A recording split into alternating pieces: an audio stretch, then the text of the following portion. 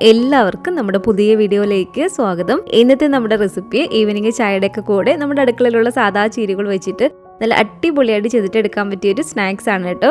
മുട്ട വെച്ചിട്ട് നല്ല അടിപൊളിയായിട്ട് നമുക്ക് ചെയ്തിട്ടെടുക്കാൻ പറ്റിയൊരു സ്നാക്സ് ആണിത്. അപ്പം നമുക്ക് ഇതെങ്ങനെയാണ് തയ്യാറാക്കുന്നതെന്ന് ഒന്ന് കണ്ടു നോക്കാം. കൂടാതെ ഈ ഒരു വീഡിയോ കണ്ടുകൊണ്ടിരിക്കുന്ന സമയത്ത് നിങ്ങൾക്ക് ഇഷ്ടപ്പെടുവാണെങ്കിൽ മറക്കാതെ തന്നെ ഒരു ലൈക്ക് ബട്ടണും കൂടെ ഒന്ന് ക്ലിക്ക് ചെയ്യണേ. ചാനൽ ഇതുവരെയായിട്ട് സബ്സ്ക്രൈബ് ചെയ്തിട്ടില്ലെങ്കിൽ ഒന്ന് സബ്സ്ക്രൈബ് ചെയ്ത് സപ്പോർട്ടും കൂടി ചെയ്യുക.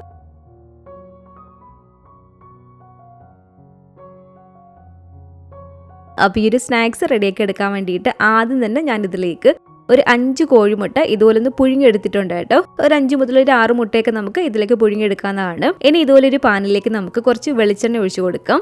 ഓയിലൊന്ന് ചൂടായിട്ട് വരുന്ന സമയത്ത് 1 ടേബിൾ സ്പൂൺ അളവിൽ ഇഞ്ചിയും വെളുത്തുള്ളിയും ചെറുതാക്കി ഒന്ന് കട്ട് ചെയ്തെടുത്തിരിക്കുന്നതാണ്. അതിട്ട് കൊടുത്തിട്ട് നമുക്ക് നന്നായിട്ടൊന്ന് ഇളക്കിയിട്ടെടുക്കാം. ഇഞ്ചിയും വെളുത്തുള്ളിയൊക്കെ അത്യാവശ്യം ഒന്ന് മൂത്ത് വരുന്ന സമയത്ത് ഇതൊരു 3-4 പച്ചമുളക് ഇതുപോലെ കട്ട് ചെയ്തെടുത്തതാണ്. അത് നമുക്ക് ഇതിലേക്ക് ഇട്ട് കൊടുക്കാം. ഇത് ചെറിയ പച്ചമുളകാണ്. അതുപോലെ തന്നെ പച്ചമുളകൊക്കെ ചേർത്ത് കൊടുക്കുമ്പോൾ നമ്മുടെ ഒരു എരിവിനനുസരിച്ച് വേണം ചേർത്ത് കൊടുക്കാൻ വേണ്ടിയിട്ട്. പിന്നെ നമുക്ക് ഇതിലേക്ക് വേണ്ടത് 2 വലിയ സവാള ഇതുപോലെ ചെറുതാക്കി കട്ട് ചെയ്തെടുത്തിരിക്കുന്നതാണ്. അതും കൂടി ഇട്ട് കൊടുത്തിട്ടുണ്ട്. കുറച്ച് ഉപ്പും കൂടി ചേർത്ത് കൊടുത്തിട്ട് നന്നായിട്ട് നമുക്കിതൊന്ന് വഴറ്റിയിട്ടെടുക്കാം. ഒരുപാടങ്ങ് വഴണ്ടി പോകണ്ട. അത്യാവശ്യം ഈ ഒരു സവാള നമുക്കൊന്ന് വാടി കിട്ടിയാൽ മാത്രം മതി. അത്യാവശ്യം ഈ ഒരു സവാള ഇതുപോലെ ഒന്ന് വാടി വരുന്ന സമയത്ത് 1/4 ടീസ്പൂൺ അളവിൽ മഞ്ഞൾപ്പൊടി ചേർത്ത് കൊടുക്കാം. അതുപോലെ തന്നെ 1 ടീസ്പൂൺ അളവിൽ കാശ്മീരി മുളക് പൊടിയാണ് ഇട്ട് കൊടുത്തിരിക്കുന്നത്. സാധാ എരിവുള്ള മുളക് പൊടിയാണെങ്കിൽ ഇത്ര അളവിൽ വേണ്ട, നിങ്ങളുടെ ഒരു എരിവിനനുസരിച്ച് മാത്രം ചേർത്ത് കൊടുക്കുക. പിന്നെ വേണ്ടത് 1 ടീസ്പൂൺ അളവിൽ ചെറിയ ജീരകം പൊടിച്ചതാണ്, 1/4 ടീസ്പൂൺ അളവിൽ ഗരം മസാലയും 1/2 ടീസ്പൂൺ അളവിൽ മല്ലിപ്പൊടിയും 1/4 ടീസ്പൂൺ അളവിൽ കുരുമുളക് പൊടിയും കൂടി ചേർത്ത് കൊടുത്തിട്ടുണ്ട്. എന്നിട്ട് നന്നായിട്ട് ഇതുപോലെ ഒന്ന് ഇളക്കിയിട്ടെടുക്കുക. ഇതുപോലെ ഇളക്കി പൊടികളുടെ ഒരു പച്ചച്ചുവ മാറി വരുന്ന സമയത്ത് 2 വലിയ ഉരുളക്കിഴങ്ങ് ഇതുപോലെ ചെറിയതാക്കി കട്ട് ചെയ്തെടുത്തിരിക്കുന്നതാണ്. ആ ഒരു ഉരുളക്കിഴങ്ങും കൂടി ചേർത്ത് കൊടുത്തിട്ട് നമുക്ക് നന്നായിട്ട് വീണ്ടും ഒരു ഹൈ ഫ്ലെയിമിൽ ഇട്ട് കൊടുത്തിട്ട് തന്നെ ഇളക്കിയിട്ടെടുക്കാം. ഹൈ ഫ്ലെയിമിൽ ഒരു 3-4 മിനിറ്റോളം ഇളക്കിയെടുത്തതിന് ശേഷം ഇതിലേക്ക് ഒരു 1/4 കപ്പ് മുതൽ ഒരു 1/2 കപ്പ് വരെ വെള്ളം ചേർത്ത് കൊടുക്കുക. എന്നിട്ട് തീ നന്നായി കുറച്ച് വെച്ച് കൊടുത്തിട്ട് ഈ ഒരു ഉരുളക്കിഴങ്ങ് നമ്മളൊന്ന് വേവിച്ചിട്ടെടുക്കുക.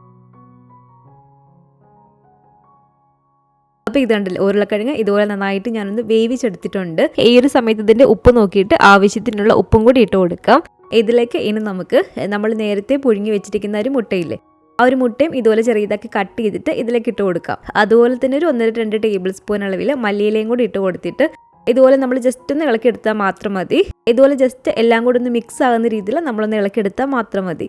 അപ്പോൾ ഇതുണ്ടല്ലോ, ഇതിവിടെ റെഡി ആയിട്ടുണ്ട്. ഇനി മറ്റൊരു പാത്രത്തിലേക്ക് ഇതുപോലെ 2 കപ്പ് അളവിൽ മൈദയാണ് കേട്ടോ ഞാൻ ചേർത്ത് കൊടുക്കുന്നത്. ഈ ഒരു പൊടിയിലേക്ക് നമുക്ക് ആവശ്യത്തിനുള്ള ഉപ്പ് ചേർത്ത് കൊടുക്കാം. അതുപോലെ തന്നെ 1 ടേബിൾ സ്പൂൺ അളവിൽ നെയ്യാണ് ചേർത്ത് കൊടുക്കുന്നത്. നെയ്യ് ഉപയോഗിക്കാത്തവരാണെങ്കിൽ 1 ടേബിൾ സ്പൂൺ അളവിൽ ഓയിൽ ചേർത്ത് കൊടുത്താലും മതി. ഇനി ഇതിലേക്ക് നമുക്ക് മെയിനായിട്ട് വേണ്ടത് ഇതുപോലെ ഒരു 1/4 ടീസ്പൂൺ അളവിൽ അയമോദകമാണ് കേട്ടോ. അയമോദകം ചേർത്ത് കൊടുക്കുമ്പോൾ ഈ ഒരു സ്നാക്സിനൊരു പ്രത്യേക ടേസ്റ്റ് തന്നെയാണ്. അപ്പോൾ ഇത് നിങ്ങൾ ഒഴിവാക്കാതിരിക്കുക. ഇതും കൂടി ചേർത്ത് നമ്മൾ ഈ ഒരു സ്നാക്സ് റെഡിയാക്കി എടുക്കുകയാണെങ്കിൽ ആ ഒരു ടേസ്റ്റ് തന്നെ വ്യത്യാസം ഉണ്ടാവും കേട്ടോ.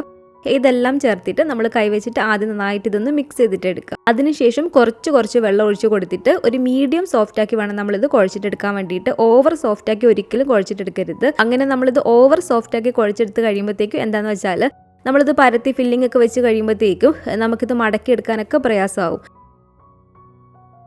അപ്പോൾ കുറച്ച് വെള്ളം ഒഴിച്ച് കൊടുത്തിട്ട് ഒരു മീഡിയം സോഫ്റ്റാക്കി മാത്രമേ നമ്മളിത് കുഴച്ചിട്ടെടുക്കാവുള്ളൂ. അപ്പോൾ ഇതുണ്ടല്ലോ, ഒരു മീഡിയം സോഫ്റ്റാക്കി ഞാൻ ഈ ഒരു മാവൊന്ന് കുഴച്ചെടുത്തിട്ടുണ്ട്. ഇത് റെസ്റ്റ് ചെയ്യാനൊന്നും വെക്കേണ്ട ആവശ്യമില്ല കേട്ടോ. അപ്പോൾ തന്നെ ഇതിൽ നിന്ന് കുറച്ച് മാവ് എടുത്തിട്ട് കൈ കൊണ്ടൊന്ന് ഉരുട്ടിയിട്ടെടുക്കുക. ഒരെണ്ണം നമ്മൾ പരത്താൻ എടുത്തതിന് ശേഷം ബാക്കിയുള്ള മാവ് നമ്മൾ ഇതുപോലെ അടച്ച് തന്നെ വെച്ച് കൊടുക്കണം കേട്ടോ. അല്ലെങ്കിൽ ആ ഒരു മാവിരുന്നങ്ങ് ഉണങ്ങിപ്പോവും. എന്നിട്ട് നമ്മളൊരു കൗണ്ടർ ടോപ്പിൽ അല്ലെങ്കിൽ ഒരു ചപ്പാത്തി പലകയിലേക്ക് കുറച്ച് പൊടി ഒന്ന് തൂക്കി കൊടുക്കുക. അത്യാവശ്യം പൊടി ഇട്ട് കൊടുത്തിട്ട് തന്നെ വേണം നമ്മൾ ഈ ഒരു മാവ് പരത്തിയെടുക്കാൻ വേണ്ടിയിട്ട്. അപ്പോൾ ഇതുണ്ടല്ലോ, ഇതുപോലെ അത്യാവശ്യം പൊടി ഇട്ട് കൊടുത്തിട്ട് ഈ ഒരു മാവ് നമ്മളൊരു റൗണ്ട് ആക്കി ഒന്ന് പരത്തിയിട്ടെടുക്കുക.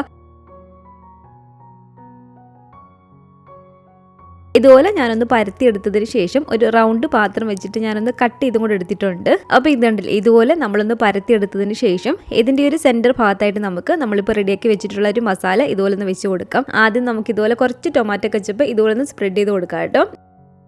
ഏകദേശം ഒരു 1-2 ടേബിൾ സ്പൂണോളം ആ ഒരു മസാല വെച്ച് കൊടുത്തിട്ടുണ്ട്. എന്നിട്ട് ഈ ഒരു 2 സൈഡും ഇതുപോലെ ഒന്ന് മടക്കിയിട്ടെടുക്കുക. മടക്കിയെടുക്കുന്ന സമയത്ത് കുറച്ച് മൈദയിൽ കുറച്ച് വെള്ളം കൂടെ ആക്കിയിട്ട് ഒരു പേസ്റ്റ് പരുവത്തിലൊന്ന് റെഡിയാക്കിയിട്ടെടുക്കുക. അത് നമ്മൾ ഒരു സൈഡിൽ കുറച്ച് ഇതുപോലെ ഒന്ന് തൂത്ത് കൊടുക്കണം.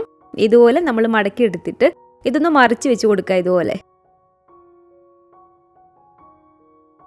എന്നിട്ട് ഈ ഒരു രണ്ടറ്റത്തും ആ ഒരു മൈദയുടെ വെള്ളത്തിൻ്റെ ഒരു മിക്സ് ഇതുപോലെ കുറച്ചൊന്ന് തൂത്ത് കൊടുക്കുക, ഒരുപാടൊന്നും വേണ്ട.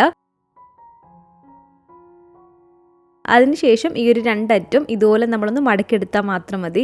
എങ്ങനെ നമ്മൾ ഈ ഒരു രീതിയിൽ മടക്കിയെടുക്കുകയാണെങ്കിൽ നമ്മളിത് ഫ്രൈ ചെയ്ത് കഴിയുമ്പോഴത്തേക്കും കാണാൻ നല്ലൊരു ഭംഗിയുണ്ടായിരിക്കും. അപ്പോൾ ഇത് കണ്ടില്ലേ, ഇതുപോലെ നമ്മളൊന്ന് മടക്കിയെടുത്തിട്ടുണ്ട്. ഈ ഒരു രീതിയിൽ എല്ലാം തന്നെ നമുക്കൊന്ന് റെഡിയാക്കിയിട്ട് എടുക്കാം. അപ്പോൾ ഇതെല്ലാം തന്നെ ഒരു ഫില്ലിങ് വെച്ച് കൊടുത്ത് ഈ ഒരു രീതിയിൽ ഞാനൊന്ന് മടക്കി എടുത്തിട്ടുണ്ട്. ഇനി അത്യാവശ്യം നല്ല ചൂടായിട്ട് കിടക്കുന്ന എണ്ണയിലേക്ക് നമുക്കിത് ഓരോന്നും ഇട്ട് കൊടുത്തിട്ടൊന്ന് ഫ്രൈ ചെയ്തിട്ട് എടുക്കാം. ഉള്ളിലെ ഒരു ഫില്ലിംഗ് ഒക്കെ വെന്തതാണ്, പുറമേ ഉള്ള ഒരു മാവ് നന്നായിട്ട് വെന്തൊന്നും മുരിഞ്ഞു വന്നാൽ മാത്രം മതി. അപ്പോൾ ഇതുപോലെ തിരിച്ചു മറിച്ചിട്ട് കൊടുത്ത് ഇത് കണ്ടില്ല, ഇതിവിടെ ഫ്രൈ ആയി വന്നിട്ടുണ്ട്.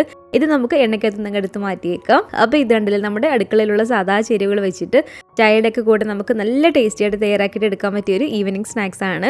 അപ്പോൾ ഇതുപോലെ നിങ്ങൾ ഉണ്ടാക്കി നോക്കുകയാണെങ്കിൽ തീർച്ചയായിട്ടും നിങ്ങളുടെ അഭിപ്രായങ്ങളൊക്കെ മറക്കാതെ തന്നെ നമ്മുടെ കമന്റ് ബോക്സിൽ ഒന്ന് വന്ന് അറിയിക്കണേ. അതുപോലെ തന്നെ ഈ ഒരു വീഡിയോ ഇഷ്ടപ്പെട്ടെങ്കിൽ മറക്കാതെ തന്നെ ഒരു ലൈക്ക് ബട്ടണും കൂടെ ഒന്ന് ക്ലിക്ക് ചെയ്യുക. നിങ്ങളുടെ ഫാമിലിയും ഫ്രണ്ട്സും ഒക്കെ ആയിട്ട് നമ്മുടെ ഈ ഒരു വീഡിയോ ഒന്ന് ഷെയർ ചെയ്ത് കൊടുക്കുക. പുതിയതായിട്ട് ഈ ഒരു ചാനൽ ആരെങ്കിലും കാണുന്നുണ്ടെങ്കിലും ഇതുവരെയായിട്ട് നമ്മുടെ ഈ ഒരു ചാനൽ സബ്സ്ക്രൈബ് ചെയ്തിട്ടില്ലെങ്കിലും താഴെ കാണുന്ന ആ ഒരു സബ്സ്ക്രൈബ് ബട്ടണും കൂടി ഒന്ന് പ്രസ് ചെയ്ത് സപ്പോർട്ട് ചെയ്യണേ. കൂട്ടത്തിൽ കാണുന്ന ബെൽ ഐക്കണും കൂടെ ഒന്ന് ക്ലിക്ക് ചെയ്ത് അതിൽ ഓൾ എന്ന ഒരു ഓപ്ഷൻ തന്നെ ക്ലിക്ക് ചെയ്യുകയാണെങ്കിൽ ഞാൻ പുതിയ പുതിയ റെസിപ്പികളൊക്കെ ഇടുന്ന സമയത്ത് നിങ്ങൾക്ക് അപ്പം തന്നെ അതിൻ്റെ നോട്ടിഫിക്കേഷൻ കിട്ടുന്നതായിരിക്കും. ഇൻഷാ അല്ലാഹ് വീണ്ടും നമുക്കിതുപോലെ നല്ലൊരു റെസിപ്പി ആയിട്ട് കാണാം.